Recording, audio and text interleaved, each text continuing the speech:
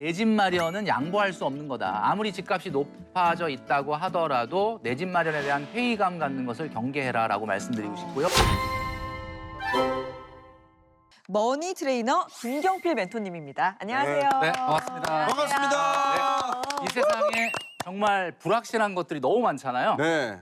모든 것이 다 불확실합니다. 오직 확실한 게 하나 있다면 모든 것이 불확실하다는 사실 하나만 확실하죠. 명언이다, 명언. 오.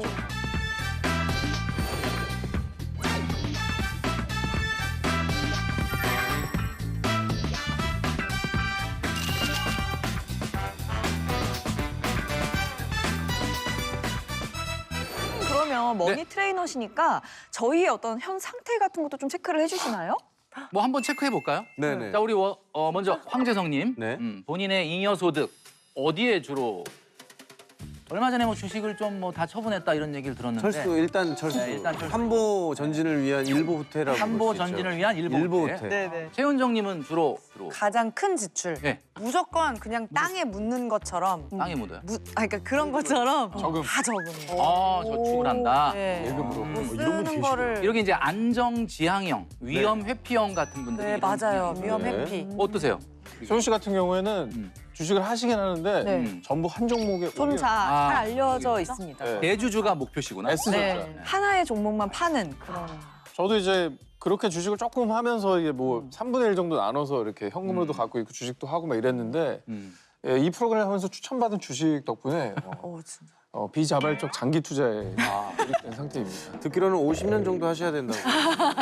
그래서 많이 좀 네. 기분이 썩 좋지만은 않은 자녀 때 성공하겠네. 네. 다음 이게- 세대. 다음 세대. 길게 보고 억지로 가고 이렇죠. 네, 저희들 어떤가요?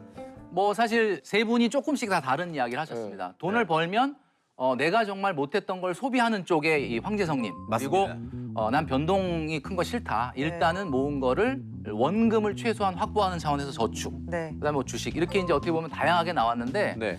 어떤 사람한테 어떤 방법이 딱 맞다라고 딱 이야기하기가 어려워요. 예. 개인마다 다 성향이 다르고 상황이 다 다르기 때문에 세 분 다 필요합니다. 뭐 돈을 번다는 건 결국 언젠가 쓰기 위해서 하는 거니까 맞습니다. 뭐 모으기만 했어도 안 되겠죠. 그럼요. 이게 포인트예요, 선생님. 근데 이제 먼저 지금 쓰고만 있으니까 네. 그게 이제 벌써. 일단 일부 문제다. 저축을 하고.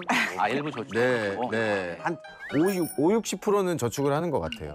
오늘 이 시간에 이제 어떤 것들을 어떻게 하는 게 좋을지에 대해서 확실하게 정리를 좀 네. 해드리도록 하겠습니다. 좋습니다. 네, 그래서 오늘 제가 말씀드릴 내용은 이제 아까 뭐 주식 얘기도 많이 하셨지만 내 집 없이 주식만 올인하는 것은 절대 안 된다라는 주제로 말씀을 드릴 거예요. 좋습니다. 일단 오늘의 주제, 주식, 부동산. 네, 선생님, 단도직입적으로 아, 뭐가 정답입니까? 주식과 부동산. 부동산. 네. 네. 무엇이 정답이냐? 네. 주식과 부동산 둘 다 아닙니다. 둘 다 아닙니다. 뭐 어떻게 역시 갈비찜인가? 아니, 역시 자, 비트코인이었어. 제가 오늘 신발인가 신발? 코인이었어요. 주식과 부동산 신발 리세일이었어. 여러분, 갈비찜. 말 좀 할게요. 네. 자, 제가 부동산이라고 우리 알고 있는데 제가 오늘 이야기하려고 하는 것은 주택입니다. 무슨 차이예요? 그게 부동산 아닙니까? 그게 부동산 주택 중에서도 아파트. 자, 부동산 아니냐라고 얘기하실 수 있는데 네. 부동산이라는 게 어떤 의미를 갖고 있냐면 사실 좀 움직일 수 없다. 맞아. 현금화하기 어렵다라는 특징으로 많이 소개가 되거든요. 네, 자, 그런데 아파트는 네. 저는 세미 캐시다라고 얘기하고 싶어요. 세미캐시면은 거의 현금에 가까운 자산입니다. 그래서 우리가 부동산 그러면 자꾸 뭐 상가, 건물, 임야, 토지 뭐 이런 걸 얘기하는데 아파트는 좀 다르다라는 거예요. 아파트는 굉장히 획일적으로 규격화되어 있기 때문에 화폐와 동일한 효과를 가질 수가 있고 황금성이 굉장히 뛰어난 자산이에요. 그래서 오늘 제가 중점적으로 말씀드리고 싶은 것은 바로 1주택, 내 집 마련이 최고의 재테크다라는 이야기입니다. 어려운 재테크를 어떻게 하는 게 가장 효율적으로 할 수 있는 걸까요?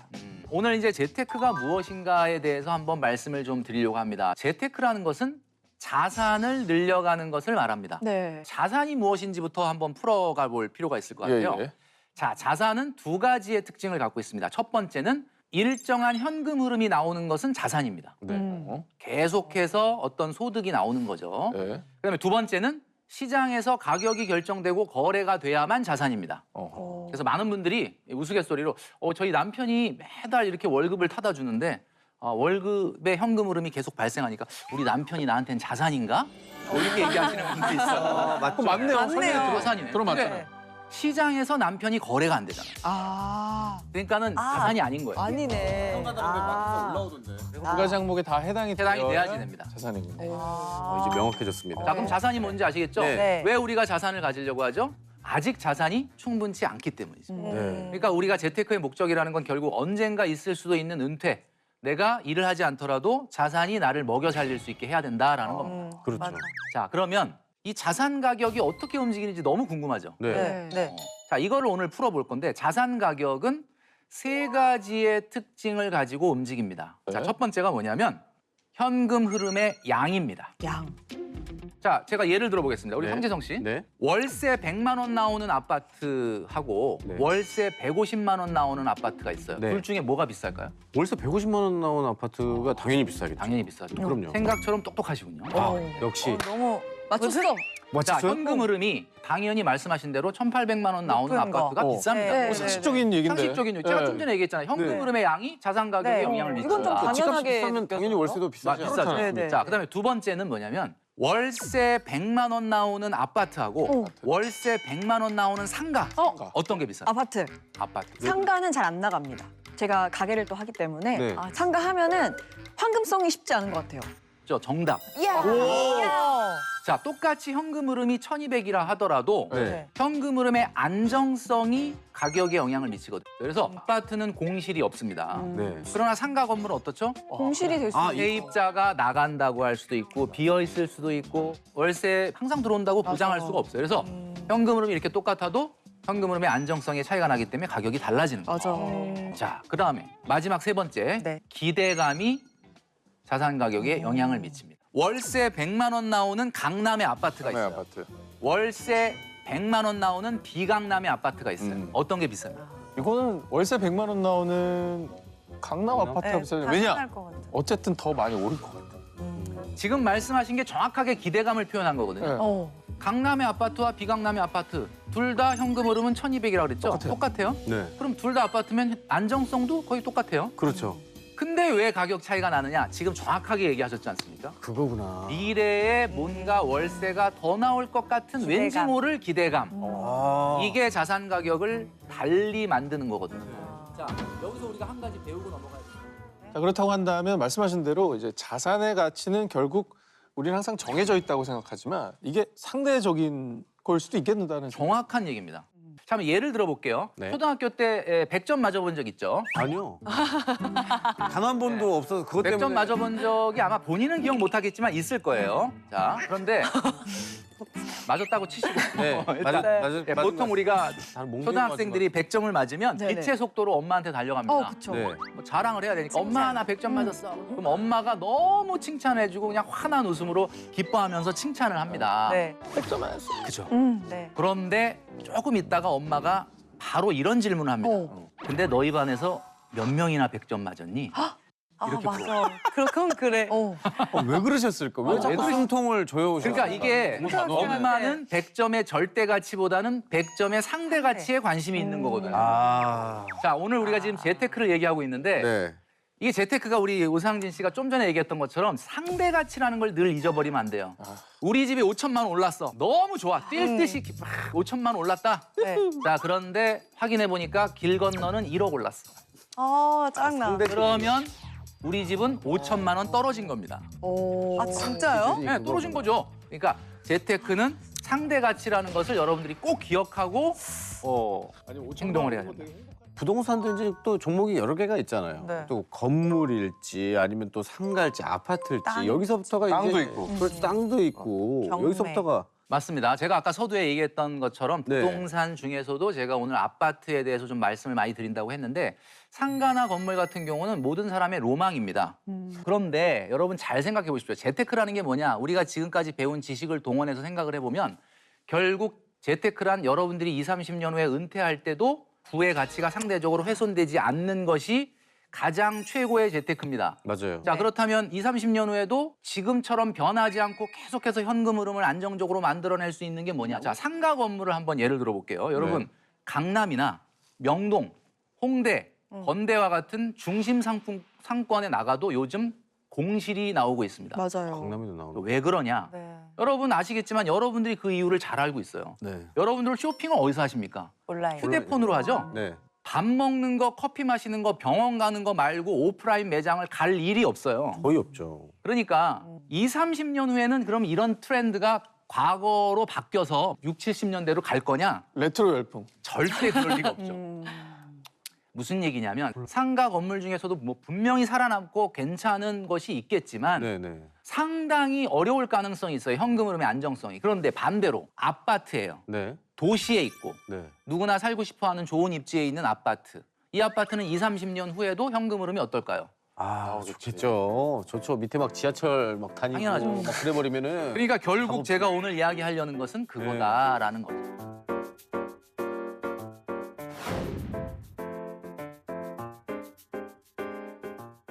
그러면은 저 같은 경우는 주식도 굉장히 안전한 주식에만 투자를 하는 편이거든요. 네. 근데 아파트가 주식에 비해서도 또 안정적이다라고 말씀해 주셨는데 어떤 부분이 안정적? 우리가 보통 주식과 부동산 이런 투자를 할 때 가장 많이 이야기하는 게 리스크라는 말이죠. 네. 자, 우리가 주식은 적은 돈으로도 투자를 할 수 있다라는 것에 많은 분들이 저변이 확대되어 있죠. 네. 오늘 뭐 주식 투자 안 하는 분이 거의 없을 정도로.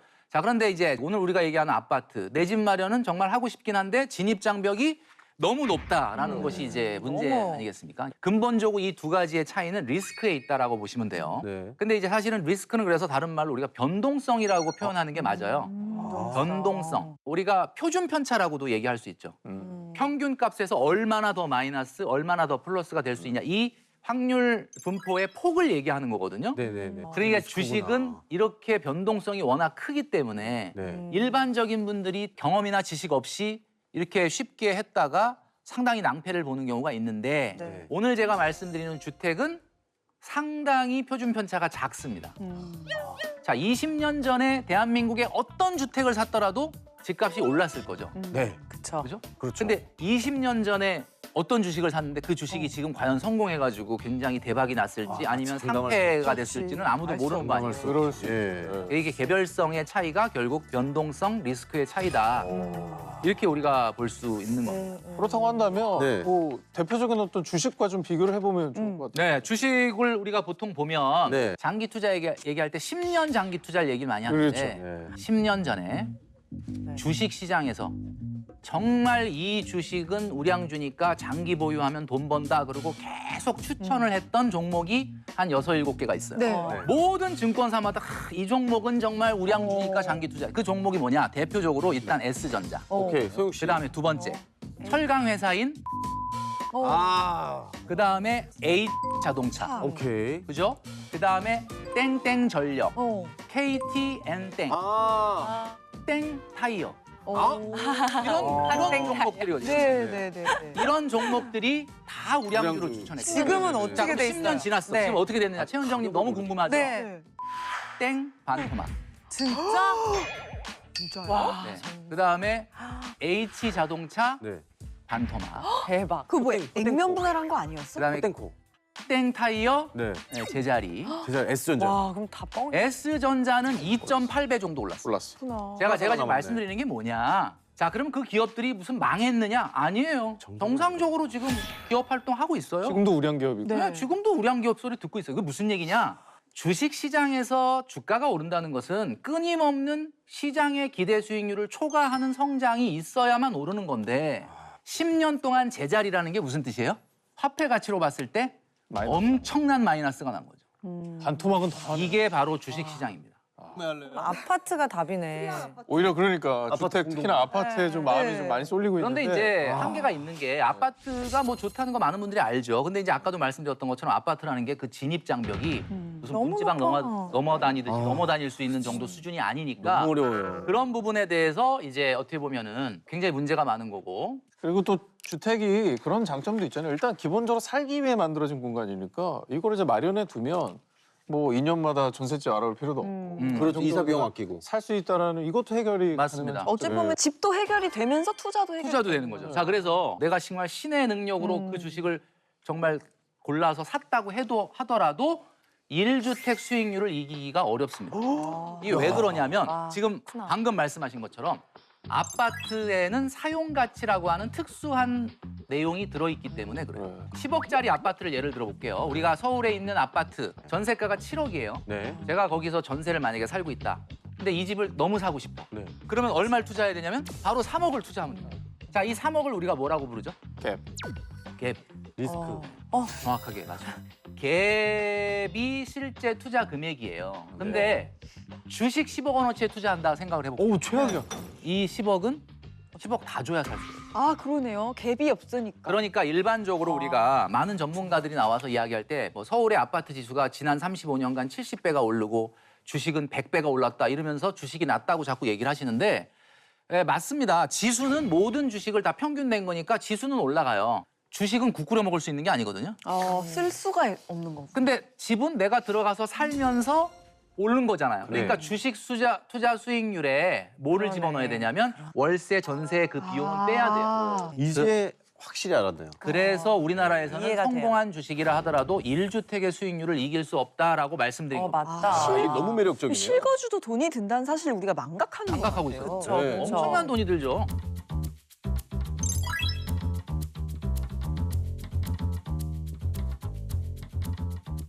네. 그렇기 때문에 이제 내 집 마련을 위한 자금이 필요할 때 어떻게 충당하냐가 중요한 어디서 건데 나와? 어떻게 우리가 흔히 시드머니, 실탄이라고 많이 얘기하는 이 돈.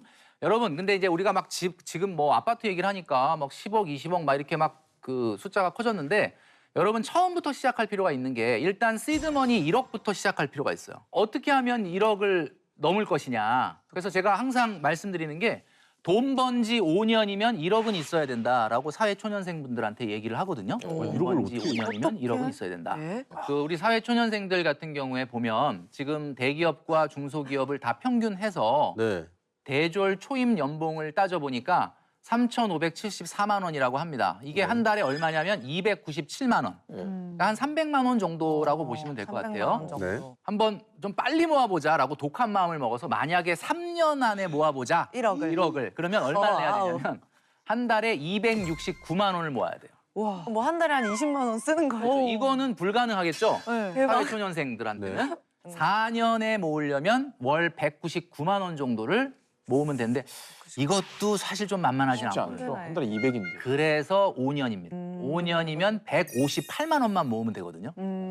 이거는 이런 그냥 예금으로. 그러니까 뭐 만약에 저축을 한다면 그렇다는 뜻이죠. 네. 뭐 여기에 아니 뭐 근데 주변에 보면은 저도 사회초년생 때 그랬고 이게 뭐 사람들이 흔히 막 통장 된다고 하잖아요. 근데 그냥 분명히 월급이 들어왔는데 웃기다. 다 막 퍼가요 해가지고 통비네. 통장이 된다. 월급은 통장을 쓰죠. 네. 그래서 로그 아웃, 로그 인, 로그 아웃 뭐 이런 네. 얘기하고. 그래서 왜 이렇게 돈을 모으기가 다들 힘들까요? 그래서 제가 여러분들 내가 왜 직장 생활 그래도 꽤 했고 왜 이렇게 돈이 안 모이는지 그 안 모이는 이유에 대해서 말씀을 드릴 건데 네. 일명 내가 돈을 못 모으게 하는 오적. 오적. 내 통장에도 오적이 있구나. 오적이 있어. 자, 그 오적을 한번 알아볼까요? 네. 첫 번째는 이 세상에서 내가 돈 모으는 거를 방해하는 유일한 사람이 있으니 그게 바로 나 자신이다. 아, 내 잘못이었어. 아. 나눔. 나눔. 나눔이죠, 나눔. 첫 번째는 마이너스 통장입니다. 다행이다. 그런 거 없다. 만들면 안 되지. 전 나도 없어요, 없어요. 선생님. 없어요. 우리가 마통이라고 하죠. 네. 네. 마이너스 통장에서 돈을 꺼내서 주식을 샀거나 갭 투자를 했다 그러면 박수. 그거는 잘한 거야. 아, 투자를 했으니까. 그래도 그 돈을 그러니까. 쓰지 않고 어딘가 자산으로 바꿔놨으니까 잘한 건데 가방 몰았다. 사고 차 바꾸고 해서 마이너스가 커졌다. 이거는 어떻게 해결이 안 되는 거거든요. 그래서 이 마이너스 통장을 보는 순간 저축은 싹 입맛이 떨어집니다. 왜냐면 내가 마이너스 있는데 무슨 저축을 하냐. 오, 네네네. 두 번째는요? 두 번째는 신용카드의 무이자 할부입니다. 할부 자주 하는 분. 왜 무이자 할부? 자, 무이자 할부를 쓴다는 것은 물론 이자는 없어요. 굉장히 네. 알뜰한 소비인 것 네. 같은데 합리적 소비. 무이자 할부를 쓴다는 것은 비싼 물건을 너무 과감하게 사게 한다는 거죠. 맞아. 할부하면 할부하면 쓰게 과감해지지 돼요. 않습니까? 맞아요. 요즘 또 과감해진 이유가 뭐냐? 에이, 그냥 샀다가 마음에 안 들면 채소 마켓에 팔면 된다. 아, 맞아, 맞아. 또 뭐 이러니까 더 과감해진다. 네네. 심지어는 채소 마켓을 너무 열심히 쓰다 보면요. 내 취향을 안 사고 어느새 대중의 취향으로 물건을 사. 진짜 그래. 진짜 그래. 어디서 많이 네. 본 것 같은데? 나 지금 뼈가 너무 아프네. 그래서 어디서 본 게 아니라 다 네. 우리가 한 번씩 했던 나노. 짓이에요. 나노. 신발장 안에 몇 개가 들어있어. 네. 또 그러니까- 있나요? 자, 세 번째는 할인의 유혹에 빠지다. 할인 너무 좋은데. 할인 너무 좋죠. 네, 너무 네, 좋아. 할인을 안 받으면 왠지 좀 섭섭하죠. 네. 손해본 거 같죠? 그죠? 네. 막 이건 사야 돼. 막 응, 충분구매. 툭불원 이런 거. 막. 현대인들은 필요한 물건을 사는 게 아니라 싸면 그냥 삽니다. 맞아. 그리고 사놓고 언박싱 해놓고 보니까 필요한 게 아니네? 안 써. 네, 그럼 다시 또 채소 마켓. 맞아요. 이거에 또 악순환. 네네. 이게 되는 거예요. 와, 그러네. 자, 네 번째는 말이죠. 네. 카페인 중독입니다. 이건 약간 그건 나 뭐예요? 약간 커피? 이거 커피 먹는 거? 네. 카페인 중독 커피 값이 얼마나 된다 그러냐라고 말씀하시는데 저는 커피를 얘기하는 게 아닙니다. 네. 그러면? 카카땡, 페이스땡, 그 카페인? 아. 그거 왜? 인땡땡 그램을 얘기하는 거예요. 그게 왜요? SNS 중독. 자, 그건 안 되는데? 오늘도 멋진 사진 하나 안 올리면 뭔가 좀 불안하고 나가야 되구나. 나가 소비를 해야 되고 나가야 되고 그죠? 예쁘게 네. 입고 좋은 데 가. 자연 사진 막 찍어서 올린다 그러면 갑자기 이분이 돈이 없나 이런 생각이 아, 그래 남을 의식하다 보면은 돈을 쓰게 돼 있어. 그것도 맞네. SNS. 들어요. 마지막 다섯 번째가 제일 중요한 겁니다. 바로 목적 없는 저축. 목적 없더라도 저축하면 좋은 거 아니야? 왜 저축을 왜 하세요? 저요? 사실 저도 왜 하는지 모르겠어요. 그렇죠. 그냥 일단 대부분 분들한테 저축을 왜 하냐 물어보면 이렇게 얘기해요. 다 쓰기가 좀 그래서. 네, 무조건 아껴야 될 것 같아가지고. 그러면 자 이렇게 목적이 불분명한 저축은 만기가 되면 굉장히 큰 소비가 일어납니다. 남자분들은 아침에 차에 시동을 걸면 엔진에서 소리가 유난히 크게 들립니다. 아. 혹시 바꿀 때가 됐어. 바꾸고. 엔진이 수명을 당한 것 같아. 그날따라. 성향이 좀 있는 것 그날따라. 같아. 우리 여성분들 적금 만기다. 백화점에 가면 이상하게 가방이 눈에 들어요. 사야 될 것만. 아. 본능적으로 만기가 다가오면 아니까. 가격을 딱 확인하잖아요. 가방의 가격을 깜짝 놀랍니다. 비싸서 놀라는 게 아니라 내 적금 만기 금액하고 너무 비슷해. 이게 무슨 우연의 일치야. 이거는 신의 내 계시다. 거라는 운명이야. 이건 신의 계시다. 운명이다. 운명이다. 빠바바바. 그래서 목적 없는 저축은 결국 열심히 모아서 한번 세게 지르는 소비가 될 뿐이다라는 거죠. 나 진짜 미칠 것 같아, 진짜. 사실 또 목돈을 모으는데 뭐 이런 거 아무리 아껴도 사실 주식이나 정말 뭐 암호화폐 아니면 요즘 뭐 맞습니다. 적금 이게 언제 너무 하냐 이자율이 낮다. 비효율적이다. 이런 얘기가 많은데 세금도 많죠. 적금으로 목돈이 저는 항상 그 뭔가 이야기할 때 비유를 많이 하거든요. 네. 비유를 해야 이해를 빨리 하시더라고요. 맞아요. 여러분 항공기가 인천공항을 이륙해서 샌프란시스코까지 날아간다라고 하면 11,000km 정도를 비행을 하는데 가장 연료를 많이 소모하는 구간이 언제인지 아십니까? 이륙. 이륙 맞아요. 맞습니다. 맞아요? 그러니까 그때 되게 비행기가 시끄럽잖아. 그 무거운 기체를 상공 11km까지 띄워 올려야만 그때부터 저항 없이 네. 800km로 날아가거든요. 순항을 하는 거. 제가 말씀드렸죠. 네. 1억까지 시드머니를 만들 때 뭐 주식으로 할 수 있고 코인으로 할 수도 있겠지만 이건 뭐 1억이 되면 다행 안 되면 말고 이게 아닙니다. 여러분들 1억이라고 하는 시드머니를 만드는 것은 굉장히 중요한 문제이기 때문에 마치 비효율적인 것 같다 하더라도 저축을 하셔야 돼요. 야, 진짜 비유를 너무 알아듣기 쉽게 설명을 해주시네요. 저는 이거는 황재성 씨가 똑똑해서 잘 알아듣는 거예요. 선생님 진짜 이제 눈물 날 것 같아요. 날 인정해주는 사람.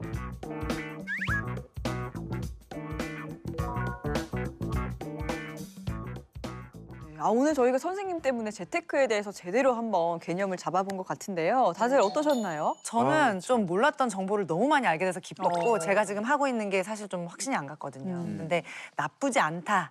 그리고 좀 더 배워서 좀 더 좋은 내 집 마련에 좀 희망이 좀 생겼습니다. 맞아. 예. 네. 네, 저를 비롯해서 재테크를 고민하는 분들께 좀 좋은 정보가 되는 그런 시간이었으면 좋겠다는 바람을 갖게 되는데 또 끝으로 재테크를 준비 중인 시청자분들께 당부하고 싶은 게 있으시다면 제가 꼭 말씀드리고 싶은 것은 정말 내 집 마련은 양보할 수 없는 거다. 아무리 집값이 높아져 있다고 하더라도 내 집 마련에 대한 회의감 갖는 것을 경계해라라고 말씀드리고 싶고요. 내 집 마련에 대해서는 양보하지 마셔라 라고 말씀을 드리고 싶어요. 잘 쓰고 잘 모으는 부자 되는 공식입니다. 와, 이거는 제 삶의 모티브와 똑같습니다. 잘 쓰고 잘 모으고. 네. 근데 어떻게 잘 쓰기도 하면서 잘 모으기도 하고. 근데 이게 참 고민이거든요. 왜냐면 네. 분명히 예전보다 벌이는 더 나아졌는데 네. 계속 돈이 모자라요. 맞아요. 어디로 갔는지 모르겠어요. 월급쟁이 부자들이 100% 실천했다라고 하는 그 바로 돈 공식, 그 돈 관리의 베이직 공식을 오늘 공개하도록 하겠습니다. 그렇죠. 이렇게 공식이 선생님들한테는 다 있으십니다. 그 공식만 우리가 외우면은 이제 대입만 하면 되는 거 아닙니까? 그렇죠, 그렇죠. 좋아요, 좋아요. 제가 지난 시간에 말씀드렸지만 가장 중요한 것은 우선은 목돈을 만들어서 똘똘한 1주택을 만드는 것이 최고의 재테크다라는 말씀을 드렸을 것 같아요. 그래서 오늘은 그 시드머니, 목돈을 만들기 위해서 무엇이 가장 중요한지 네. 그 습관을 하나씩 말씀드리도록 하겠습니다. 어떤 것부터 시작해야 되나요? 그 목돈 만들기의 클래스, 바로 저축입니다. 저축. 기본이 거. 기본 중에 기본이죠. 저축은 누구나 다 하고 네. 있지 않나요? 우리 혜정 씨 제가 질문을 할게요. 네. 저축이라는 말 딱 들었을 때 당연히 누구나 하는 거 아니야 이렇게 생각하셨을 네, 텐데 네. 저축을 뭐라고 생각하세요? 나는 저축은 난 이런 거라고 생각한다. 알고 있는데 질문을 하시니까 되게 무서운데 아니 뭐 그냥 있는 돈을 있는 돈을 네 모아두는 거 아닐까요? 모아둔 어디다 모아둔? 뭐 은행이나 뭐 저금 금고? 뭐 적금 뭐 이런 그렇죠. 걸로. 적금. 예 맞습니다. 예. 혜정 씨께서 정확하게 얘기하셨는데 사실은 많은 분들이 저축을 그냥 내가 안 쓰고 통장에 그냥 두면은 맞아요. 그게 저축 아니냐라고 이야기하시는 분들이 많이 있거든요. 네네. 그렇지가 않습니다.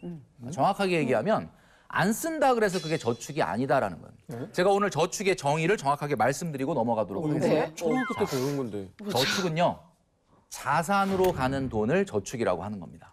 부동산이 될 수도 있겠네요. 내 집에다가 투자하는 것도 저축이. 예를 들면 결혼 자금이나 주택 자금이나 또는 뭐 노후 자금이나 사업 자금을 모으기 위해서 하는 저축이라면 그게 저축으로 볼 수가 있는데 네. 여행을 가려고 또 친목 계획 이런 걸로 만든 것은 결국은 모아서 세게 한번 소비하겠다라는 쪽으로 가는 거니까 한번 크게 써보겠다. 네, 그거는 내가 사고 저축이 싶은 아니에요. 뭐 이어폰 이런 거 사려고 뭐 한 5만 원씩 몇 달 모으고 이런 거는 저축이 아니라 저축이 아니고 연기된 소비다. 연기된 소비. 뭐 전문 용어로 총알장전이라고 하죠.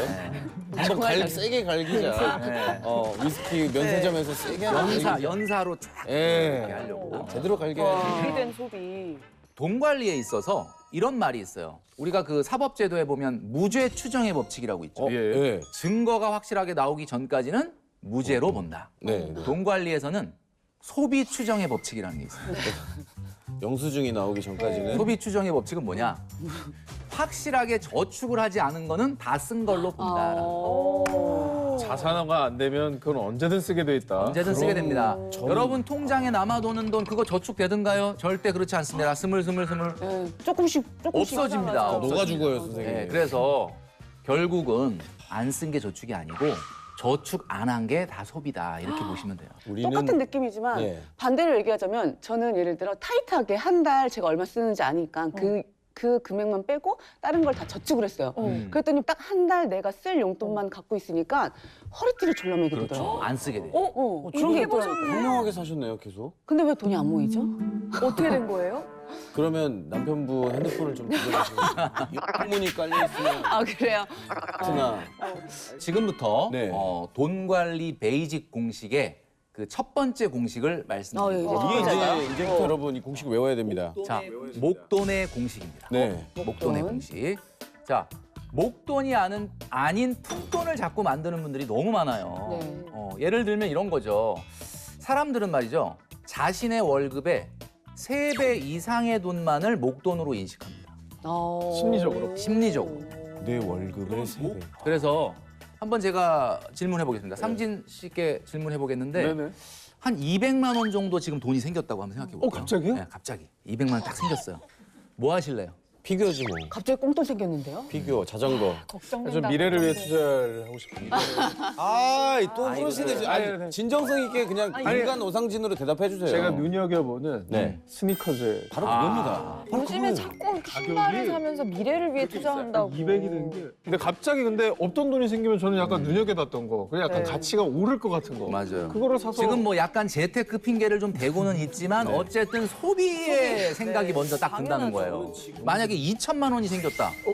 그럼 어떻게 하실 겁니까? 2천만 원은 다르죠. 2천만 원 다르죠. 그렇죠. 무슨 생각이 번뜩 드세요? 일단 아내한테 줘야겠다. 돈이 생겼다는 걸 이실직고를 일단 하고 요것도 좀 나중에 진정성 걸리기 없는 것 전에. 같은데. 주인한테 보고를 하고 네, 일단 주인한테 1,800을 벌었다고 뻥을 친 다음에 200을 다시 스니커즈로 바로 여보 그거예요, 난 선생님. 1,800이 생겼어. 바로 이거예요. 기승전 스니커즈네. 당연한 거 아닙니까, 선생님? 요즘에 핫해요. 선생님 잘 모르시나 봐요. 선생님, 내가 2천만 원 알려드릴게요. 벌었는데 자기한테 주는 선물 하나 정도는 있어야죠. 목돈의 공식이 바로 이겁니다. 그래서 여러분들이 저축을 할 때 10만 원, 20만 원, 30만 원짜리 저축하시는 분들 너무 많거든요. 네. 10만 원, 20만 원, 30만 원짜리 저축을 하면 얼마 나와요? 1년 후에? 120, 240, 360. 물론 뭐 몇만 원 정도 이자는 붙겠지만 네. 요 정도 돈이 나온다는 거예요. 아까 오상진 씨가 바로 소비를 생각했던 금액. 그 금액만 맨날 만기로 타는 거야. 그럼 딱 쓰게 되겠네. 계속 쓰게 되겠다. 이 돈을 모으나 훌륭해. 저도 20만 원짜리 해놨는데. 사이판 가자. 사이판 나왔습니다. 사이판. 와. 밤 나왔고 뭐 스니커즈 나왔고. 그러니까 이게 결국은 내가 하고 있는 10만 원, 20만 원, 30만 원짜리 저축의 결국 말로는 어떻게 되느냐? 다 소비로 간다. 라는 소름 돋았어. 그러니까 어떻게 해야 되는지 방법을 알려드릴게요. 10만 원, 20만 원, 30만 원 이렇게 딱 떨어지는 금액을 하지 마세요. 그거보다는 딱 떨어지는 만기 금액을 타는 저축을 하세요. 잠깐 다시 한 번만 말씀해 그러니까- 딱 떨어지는. 그러니까 내가 지금 내는 돈이 딱 떨어지고 타는 돈이 지저분하잖아요. 네. 그렇게 하지 말고 타는 돈을 딱 떨어지고 내는 돈 지저분하게 내라 이거. 아, 그러니까 뭐 1,400원 막 이렇게 내더라도 자, 예를 들어 볼게요. 1,000만 원. 네. 1,000만 원 모으기 저축을 해보자. 요즘 금리가 좀 많이 올랐거든요. 그래서 네. 82만 3,930원을 내면 됩니다. 지저분해. 한 달에. 근데 금액이 좀 약간 지저분하잖아. 네, 반올림 하는데 대부분. 근데 탈 때는 딱 1,000만 원 타는 거죠.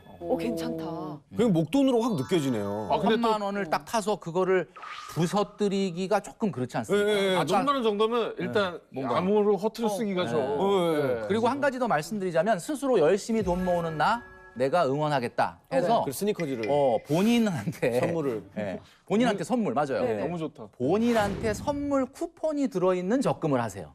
그런 거 뭐예요? 스스로가 만드는 거죠. 1,000만 원짜리 적금을 하는데 1,020을 타게 세팅을 하는 거예요. 1,020을 타게 세팅을 하는 거예요.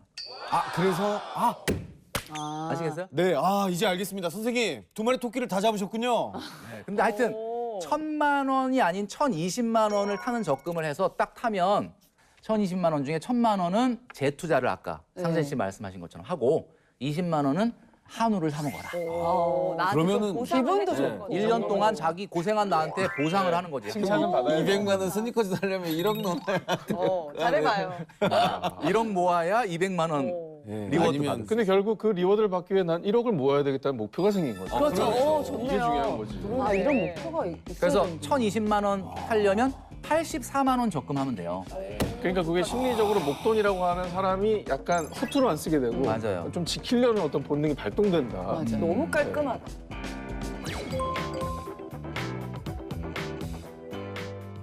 자, 그럼 다음 공식은 뭔가요? 네, 다음 두 번째 공식 말씀드리기 전에 먼저 상진 씨한테 질문 하나 하겠습니다. 잘 됐다. 나 형 혼날 줄 알았다. 아니 혼나는 게 아니고 네. 화제는 5분, 5분. 그다음에 외상은 1시간, 네. 뇌졸중은 3시간 이런 말이 있죠. 이게 뭘 것 같습니까? 골든타임. 역시. 쉬운 문제 내셨어. 아, 우린 진짜 어려운 문제 내시고. 아니 그러면 얼마나 해야 제일 좋은 저축이 될까 뭐 이런 뭐 그런 걸 수도 있는데 저축을 할 수 있는 그 때가 있다. 그 시간 지나면 더 이상 저축을 하고 싶어도 못 한다 이런 개념이거든요. 저축의 골든 타임이 인생에 몇 년 정도나 될 것이냐. 몇 년 정도 될 것 같습니다. 전한 20년? 20년 사회에 딱 진출하고 돈 벌기 시작해서 한 5년? 그거보단 조금 깁니다. 제가 답을 말씀드릴게요. 저축의 골든 타임은 바로 15년입니다. 15년. 네. 몇 살부터 몇 살이에요? 자, 개인마다 좀 차이는 있겠지만 네. 기본적으로 결혼한 사람들을 기준으로 네. 결혼하고 15년 지나면 아무리 돈을 많이 벌어도 저축을 단 한 푼도 못 한다. 왜요?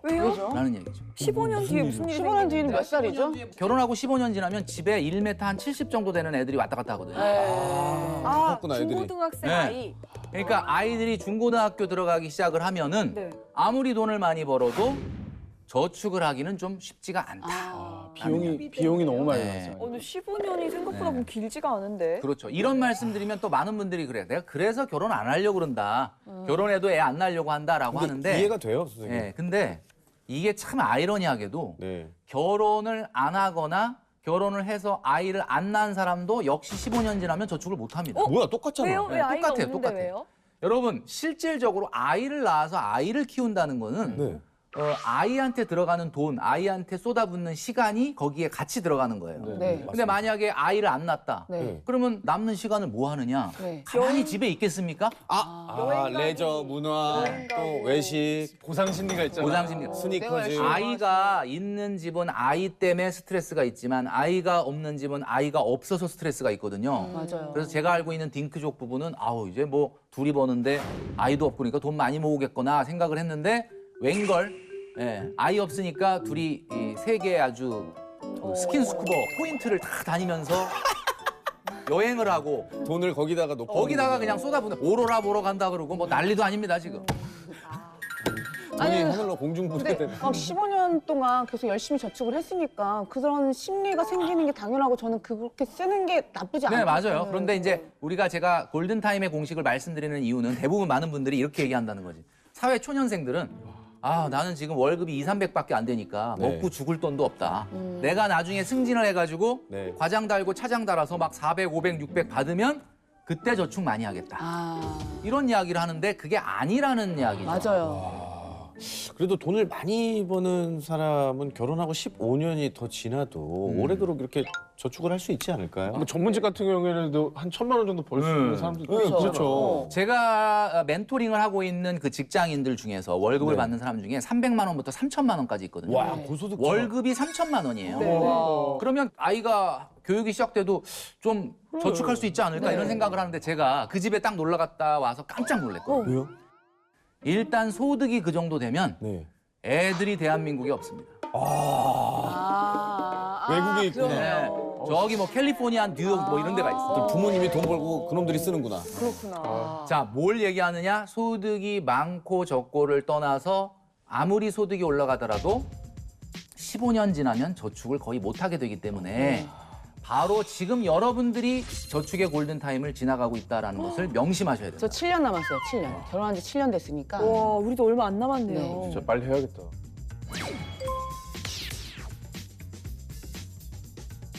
네, 저축에도 골든타임이 있다. 저희가 계속 흥미로운 돈 관리 공식을 배우고 있는데요. 다음 공식도 알려주세요. 네, 세 번째 공식을 알려드릴게요. 4가지 예산의 공식입니다. 그러니까 예산. 네 가지 예산. 예산. 예산. 뭐 우리 주부님들 같은 경우는 한 달 생활비 예산이 있을 거고 뭐 직장인들은 한 달 용돈이 있을 텐데 한 달에 예산이 얼마냐 이렇게 물어보면 답변을 바로 못해. 그러네. 그리고 뭐 이렇게 생각을 하다가 이럽니다.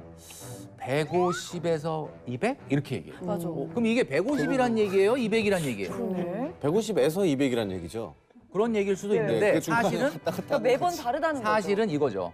150을 쓰고 싶은데 자꾸 200을 쓴다. 맞아. 정답이었어. 그래서 4가지 예산의 공식이 필요한 이유를 말씀을 드리겠습니다. 우선 예산은 말이죠. 최소한 월 예산 3가지와 연간 예산 1가지 정도를 만들어야 된다. 4개나 돼요? 이게 바로 4가지의 예산 공식이 되겠습니다. 월 예산, 월 자, 예산. 월 예산. 월 예산 3개. 기본적으로 들어가는 돈을 우리가 보통 고정 지출이라고 그러죠. 네, 네. 자, 여러분 고정 지출은 특별히 예산이 필요가 없습니다. 그래요? 왜냐하면 고정 지출을 한번 딱 정해 놓으면은 그 금액 이상은 잘 안 나가잖아요. 네. 예를 들면 교통비, 통신비, 대출 이자, 네. 공과금 이런 건 딱 정해져 있잖아요, 네. 거의. 그러니까 이거는 사실은 예산으로 묶어서 이렇게 관리하는 거 할 필요는 없는 거고 처음에 정할 때 잘 정해야 되는 거죠. 네. 근데 제가 말씀드리는 거는 변동 지출 예산을 얘기하는 거예요. 근데 오히려 변동비는 예산이 없는 것 같아요. 변동 지출이 예산이 없죠. 네. 왜 네. 변동 지출 예산이 없냐? 변동 지출은 여러분들한테 꼭 말씀드리고 싶은데 방송을 보시는 많은 분들 꼭 한번 해보시길 바랍니다. 신용카드 영수증 네. 네. 6개월치를 다 출력해 보세요. 6개월. 6개월 다 뽑아서 색깔을 칠하는 거야. 일단은 외식비, 네. 쇼핑 유흥비, 네. 문화 레저비 네. 이 3가지를 한번 색깔을 칠해 보는 겁니다. 네. 이거 해보면 진짜 재밌습니다. 혜정 씨 꼭 한번 해보십시오. 네. 해보면 뭐가 재밌느냐? 추억도다. 추억이요. 갑자기요? 맞아. 나 거기서 그날 아, 내가 그때 거기서 반전이었어. 여기서 이걸 먹었었어 이러면서 맞아. 추억 여행. 추억 여행이에요. 그리고 누구랑 갔었더라? 누구랑 갔었더라 이렇게 생각나기도 하고. 그리고 이제 중요한 건 뭐 이제 영수증 6개월치를 놓고 쭉 색깔칠해 가면서 한 달에 난 평균 얼마를 먹고 얼마를 어디에 쓰는지를 대충 파악을 했으면 내가 생각할 때 적절한 예산을 거기서 짤 수가 있다는 거예요. 그래서 짜서 그거를 만들어야 되는데 좀 더 예산을 세부적으로 나누면 더 좋습니다. 이게 바로 월 예산 세 가지. 자, 그래서 제가 오늘 제 개인적인 예산을 한번 보여드릴. 요거 얘기하면 좀 창피하긴 한데 선생님, 이런 제가 게 대단하신 겁니다. 판례를 준비해 왔거든요. 선생님, 이런 그렇죠. 개인의 그런 대박, 비밀스러운 대박. 시크릿한 뭘 것들을 얼마나 이게- 쓰시는지 너무 궁금해요. 대박. 그렇죠. 자, 여기 보시면 자 이렇게 나눠왔죠? 네? 네, 한 보시면 달이에요? 한 달에 한 달입니다. 한 달. 진짜 한 달. 세부적이야. 머니 트레이더인데 75를 쓰세요? 네. 자, 세부적이야. 일단 외식비, 쇼핑, 유흥비, 문화생활비로 나눠져 있죠. 이렇게 외식비 35만 원이 중요한 게 아니야. 그 안에 세부적으로 보면 배달 예산 10만 원. 와. 치킨 예산, 치킨 예산. 여기 보면 쇼핑, 유흥비 예산 안엔 올리브땡 예산이 제가 진짜 따로 신기하다. 자주 가거든요. 그래서 네. 그다음에 기타 쇼핑 예산이 있고, 자 문화 레저비 안에는 별다방 예산이 있습니다. 네. 사람도 만나고 하시니까. 예산을 쓰다 보면 많은 분들이 하는 얘기가 너무 답답하지 않냐. 솔직히 말하면 저는 보고 약간 조금 너무 디테일하게 저렇게 짠하다. 이제 짜놓으니까 약간 숨 막히는 느낌이 없지 않아 있긴 있습니다, 선생님. 근데 제가 아마 방송 보시는 분들도 똑같이 공감하실 거예요. 근데 제가 이거를 여러분들한테 진짜 말씀드릴게요. 저는 어떤 소비를 하더라도 소비 염려증이나 죄책감이 없는 완전한 경제적 자유를 누리고 있습니다. 내가 호랑. 예산 안에서 예산 안에서 쓰니까. 아, 예산을 만들어 놓으면 경제적 자유가 뒷받침되는. 예산을 한 1억을. 또 이 머리 쓰는 사람들 있다니까. 물론 돈은 없어. 그래서 지금 말씀드린 외식비, 쇼핑, 유흥비, 문화생활비가 이 변동 지출의 기본이기 때문에 월 예산을 이렇게 나눠서 한번 사용을 해보셔라. 네. 네. 본인하고 게임을 하듯이 그러니까 재밌습니다 이게. 김경필 트레이너님, 네, 월 예산을 저희가 뭐 이렇게 한다는 건 이제 알겠어요. 연 예산은 어떻게? 네, 연간 예산이라는 거, 이 연간 예산이 바로 계절 지출이라는 겁니다. 계절 지출. 계절 지출이 뭐냐? 매달 사용되는 금액은 아닌데 특정한 시즌에만 나가는 지출이 있어요. 아, 그럼 뭐 여름 겨울 아닌가요? 그게 뭐냐? 제가 네 가지로 분류를 해놨는데 그게 뭐냐면 일단 명절, 아 명절 그렇죠. 그다음에 계절이 여행과 휴가, 네. 그다음에 이벤트, 그다음에 겨울 의복비. 아, 겨울을 보면 비싸니까. 그래서 제가 요것도 좀 판례를 하나 준비했는데 네. 요것도 아니, 좀 창피한데. 진짜 지금 말씀하신 것들이 진짜 목돈이 나가는 종목들이에요. 네. 맞아요, 맞아요. 제가 1년간 이 계절 지출 예산을 설정한 겁니다. 오, 오, 생각보다 진짜 세게 나가네. 그러네. 자, 요 네 가지에 1년에 670만 원 정도가 나간다 라고 되어 있거든요. 어버이날은 잘 안 챙기시네요. 어버이날은 이벤트에 들어있죠. 이벤트. 아, 그건 또 어버이날이에요? 어버이날에 들어있죠. 아, 이게 진짜. 촘촘하게 계획이 있으시네요. 그러네. 그다음에 이벤트는 아까 말씀드렸던 것처럼 가족 생일. 가족 생일 그 정도 챙기면 되는 거고 평상시에 우리 옷 사는 거는 하절기에는 그냥 뭐 내 용돈 쇼핑 유흥비 예산에서 그냥 쓸 수가 있는데 맞아. 11월, 12월에 뭔가 하나 장만을 해야 된다 그러면 그거는 목돈이 나가고 맞아. 아, 미리 예산을 정해두니까 진짜 쓸 때 마음이 좀 편하겠어요. 맞아요. 마음 쓸 때 마음 편하게 쓸 수가 있습니다. 그래서 자 그러면 중요한 거는 이 계절 지출 예산은 어느 정도가 좋냐? 제가 말씀드릴게요. 본인의 월 소득의 1.5배가 넘지 않는 게 좋습니다. 월 정해져 있네. 소득의 1. 300만 원 정도 월급 타는 분이다 그러면 한 400, 450 안 넘는 게 좋다는 거죠. 자 그러면 400만 원을 만들기 위해서는 한 달에 얼마를 그 통장에다가 붙여야 되느냐? 그러면 33만 원씩 자동이체를 걸어야 돼. 자동이체를 걸어요. 33만 원. 적어야 될 것 같아요. 펜을 안 여기 갖고 없네. 와가지고 큰일 났네. 그러니까 근데 지금 거의 계속 외우고 있어요. 맞아요. 적으면서 또 외워지기도 하고. 그래서 여기서 한 가지 더 주의해야 될 거는 내가 계절 지출 통장 400만 원을 쓰겠다라고 만들어 놓고 33만 원 자동이체로 끝나면 안 됩니다.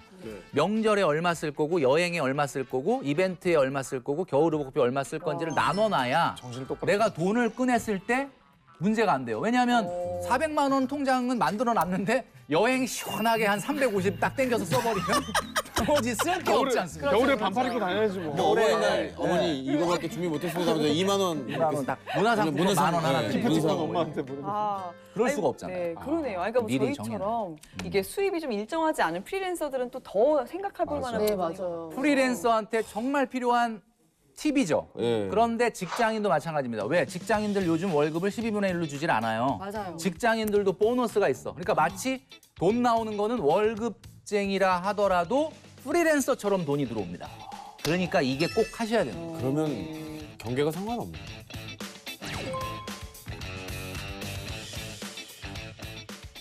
네, 저희 잘 쓰고 잘 모으는 돈 관리 공식 혹시 더 남아있나요? 네, 네 번째 공식은 여기 더 지켜야 돼. 통장 정리의 공식이 되겠습니다. 통장 정리. 통장 정리. 요즘 여러분들 통장 통장 잘 몇 안- 개나 쓰세요, 우리 재성 씨는? 4개요. 4개. 네. 어서 왜, 도 주워 들으신 건 또 있는 것 같아요. 왜요? 아니 그냥 저는 부자 되고 싶어서 부자 기분 느끼고 싶어서 그냥 개수 많아 보이려고. 통장 네. 개수 많게. 약간 그걸로 시작했다가 뭐 예를 들어서 가스비가 나가야 되는 곳 이런 것들을 설정을 하다 보니까 이게 계좌가 다 틀려진 거예요. 다 달라진 거예요. 나도 이제 뭐 여러 군데 이제 받을 때인데 그쪽이 편의를 고려해서 뭐 통장을 만들어 놓은 게 그냥 이렇게 맞아요. 흐지부지. 어떤 의미를 없이 네, 목적 의미 없어요. 없이 그냥 여기저기 돈을 나눠놓고 이쪽에서 이쪽으로 옮겼다 이쪽에서 이쪽으로 옮겼다 뭐 네. 송금하는 거 뭐 무료라고 하면은 혼자 앉아서 속급 돈 관리 놀이를 네. 적극 돈 관리. 뭐 이런 거 하시는 분들이 많아요. 심심하잖아. 제가 그래요. 이쪽에서. 오늘 순살인데 완전. 제가 그래요. 우선 통장이 4개 정도가 지금 말씀하신 대로 필요한데 첫 번째가 월급 통장입니다. 그렇죠. 있죠, 있죠. 월급 통장 있죠? 네. 자, 네. 근데 이 월급 통장의 용도가 네. 많은 분들이 아주 만능 통장으로 사용을 여기서 하고 쌓여 있잖아요. 쌓여 항상. 통장 정리를 할 수가 없어. 워낙 들어오고 나가는 돈이 많아서 맞아. 복잡합니다. 네, 맞습니다. 자, 이렇게 하지 마시고 월급 통장의 용도는 말이죠. 네. 월급을 받는 용도 외에는 사용하시면 안 돼요. 그러면 그 월급 통장은 돈을 안 쌓아놓는 거죠. 쌓아놓으면 안 되죠. 항상 우리는 월급 통장은 통장이 돼야 된다. 계속 쌓아놔. 제일 많은 돈이 쌓여 있는데 보통. 아, 그렇게 되면 안 돼. 자, 그래서 월급을 받아서 그 월급을 이제 각종 통장으로 송금을 해주는 기능을 갖고 있는 컨트롤 타워다라고 보시면 돼요. 허브네 허브. 네, 허브 통장이죠. 되게 깔끔하겠다.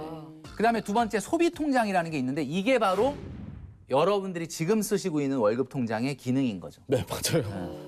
자, 이 소비 통장에는 바로 월급날 월급 통장에서 한 달 예산이 입금되는 겁니다. 아까 우리 예산 배웠죠? 예산. 네. 예, 변동 지출 예산. 그러면 그 자동이체에 예산이 걸어놓으면 입금이 딱 되는 거죠. 이 통장을 합쳐서 쓰고 있었네요, 저희는. 그다음에 세 번째는 아까 말씀드렸던 계절 지출 통장입니다. 네. 연간에 이 비정기적인 계절 지출을 모아놓은 통장. 아까 말씀드렸죠? 매달 일정한 금액을 송금을 해서 네. 이번 달에 만약에 여행을 휴가가 있어서 가야 된다. 그러면 얼마 정도를 써야지라고 예산을 세운 다음에 여행을 갔다 오세요. 갔다 오고 난 후에 영수증을 모으셔서 이 영수증 금액만큼은 그 통장에서 꺼내서 결제하시면 됩니다. 마지막 네 번째 통장은요. 예비자금 통장이라는 겁니다. 자, 만일 보너스나 상여금이 많이 들어오는 직장이다라고 하면 이거를 좀 따로 담아놓을 필요가 있는 통장이 필요해요. 네. 근데 이거를 월급 통장에 남은 보너스를 담아놓으면 어떻게 되느냐? 여기에 이렇게 돈이 딱 들어있으면 어느 순간 그 돈을 이렇게 계속 쳐다보잖아요. 맞아요. 네. 제가 그러면 말했던 자꾸 이상한 생각이 들어요. 그러네. 신발집으로 눈에 보이면 보내야겠다. 쓰게 되니까. 맞습니다. 네. 그래서 사실은 예비자금 통장이라는 게 없으면 제일 좋기는 해요. 왜 그러냐면 혹시 어떤 일이 생길지 모르니까라고 만들면 혹시 그 어떤 일을 본인이 만들어요. 생각하지 말아라. 바라면 이루어진다. 바람에 이루어진다. 그렇죠. 그러니까 예비자금이라는 말 자체가 잘 보시면 예비자금 언젠가 예비 상황에서 쓰겠다는 거잖아. 맞아요. 그 예비 상황을 본인이 만들어 버린다니까요. 맞아요. 본인한테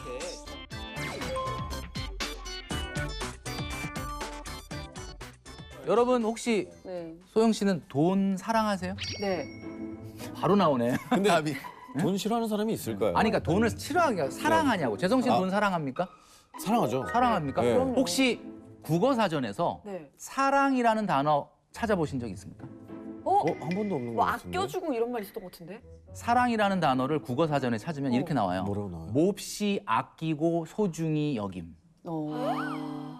이게 무슨 사랑하시- 얘기냐면 사랑하지 만약에 않았습니다. 재성 씨가 돈을 사랑한다면 네. 네. 돈을 아끼라는 아끼셔야 돼요. 대성 씨는 막 저는- 보내버리잖아.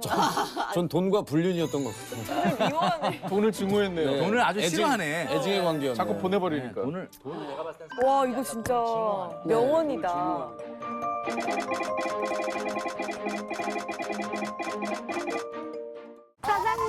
오픈합니다. 웰컴 아시안마켓. 이거 없어? 오픈합니다. 아마추어. 오픈합니다. 오픈합니다. 오픈합니다. 오픈합니다. 땡큐. 웰컴 아시안마켓.